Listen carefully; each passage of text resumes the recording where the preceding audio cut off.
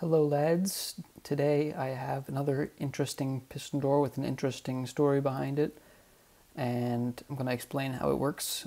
A while ago I showcased this monstrosity on my channel. I don't know if y'all remember, but it was a pretty epic video and it got a billion views. And the video about me yapping about the 8x8 is also a lot of views, so I figured let's make some more content yapping about some of the piston doors that I've made. So this is the smallest 2x2 hipster door that only uses dust and repeaters and full blocks, of course, because there's no slabs that are of the cracked variant, you know, because it's funny. But anyways, I don't know if you actually could make this smaller even if you had slabs, but that's beside the point. Anyway, I'd like to kind of go through how I made this thing, because it is really one of those where did you fit the command blocks type builds, and by the end of this I'm sure y'all will understand, because it is only dust and repeaters, like it's not that bad. So this was the former world record. It was only 5 blocks wide and also like 7 or 6 blocks deep, and we were thinking about shaving one layer on this side, but you can't really do that because that leaves you absolutely zero room to do anything, so I decided to opt for this idea instead. And wired up looks like this because you need this block to be like powered as well, and just the bottom input and the side input, and then this input down here. And as you can see, these inputs, when you chain them together the way that they need to be, they really take up a lot of space in a really awkward manner, and you have like zero room to do anything. If you look at the same chain on this side, you have a beautiful 60 blocks to work with, and it's very easy to, you know, get things. And even worse, we need a monostable, which goes into this block right here, because we have to have it go to the bottom input and then up to the top one while hitting this. And that's just kind of how the sequence goes. I can show it here.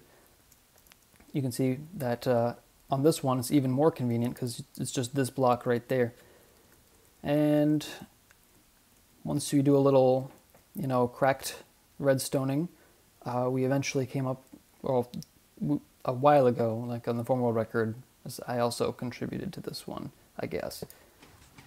Came up with this idea. So all you really have to do with this little circuit in place is do a like closing pulse. It closes itself just by solid power. Then you have to do a 2-tick pulse to grab the blocks down, and then do a 4-tick pulse, and the entire door finishes itself, which is pretty cool. And so that's exactly what we did. And we just wired, you know, a 2-tick pulse over here, and then a 4-tick pulse going around like this, just into this input. And it worked. It was extremely simple. But it is not quite as easy with this door right here, because you can see we have like zero room to do anything once we get the monostable in place, and we need this repeater to be here. And if you look here, we have like a couple useful blocks, at most like 32 or so, whereas the previous one had like 44-ish once everything was in place. So thus began the process of brainstorming this thing. This is the right timing for this, and the reason why you can't just clock this input, like attach this with dust right here, is because it would just like, it feeds into itself. And so how we avoided that on this door was having this type of thing, because this 2-tick repeater will stay on longer than the 2 1-tick repeaters. So basically if you give it a long pulse, it will, you know, repeat itself, but if you give it a short pulse, this stays on too long. And that's just kind of a very common, well actually it's not that common, I guess. It's just a cool little trick you can do with this kind of wiring. It's not really useful for anything else, but you know, this does kind of work. It's not very good. As you can see, we need 2 pulses to this, and it looks like we have a solid like 3 blocks to work with, so that's not going to work. So then I came up with the idea to move this down here, and this is just the same timings in a different spot, and I still didn't know what to do. So I decided to think up some things. This is kind of the same concept that we had in the other door. It will, you know, output something with a long pulse, but not if you give it a short pulse. But what about the opposite? You can actually have something that works with a short pulse only if you have like lesser repeaters right here because the pulse will get lengthened by this one. You can see if you input a 4-tick, this one stays on for too long, but if you do this one, they turn off at the same time and do a lock stable. So you need to have a little bit more of a precise timing if you run both of them into the repeater like this, but it is doable, and I saw an opportunity to do something very goofy. So in between this part right here and then this area right here, I placed a line of repeaters right here and then a line of repeaters right here.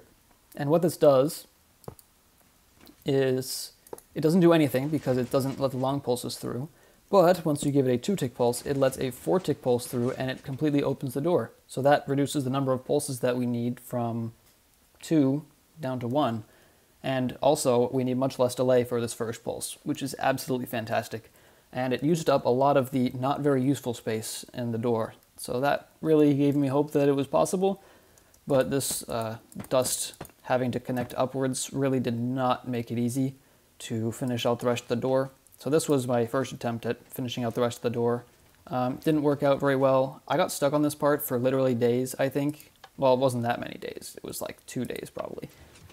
Just throwing random stuff at this. So this was the closest I could get to getting it, working. Because, there's pretty much no room to like get the delay that you need in here. This was like a cool idea, but it doesn't really work very well. So, yeah. And also you can adjust some of these repeaters in here, making these ones like this on 3 and then this one on 4. And that makes it work with this 3-tick pulse right here. It doesn't have to be a 2-tick pulse, so that was pretty nice. So that gave us a little more freedom, and we eventually found this. And this looks completely ridiculous. Like you have this repeater going into this input and then this cross-powering here. But for some reason it just works. And you also had to increase 1 tick right here and make this delay 1 tick shorter. So this is the final door that we came up with. And you can see it looks completely ridiculous. Like it's just a bunch of repeaters going in whatever different direction and these things getting cross-powered. Turns out that this pulse doesn't actually do anything to the 2-tick repeaters because they're too busy turning off from this pulse. And this is like the exact same timing as the 3-tick and 1-tick going into this dust, so that doesn't matter either. But it took me forever to find this because I completely ruled this out as a possible solution because, it kind of seemed odd to cross-power 2 different things. And it doesn't actually matter that this gets pulsed down here. It spits out these blocks anyway on the next iteration. So who really cares?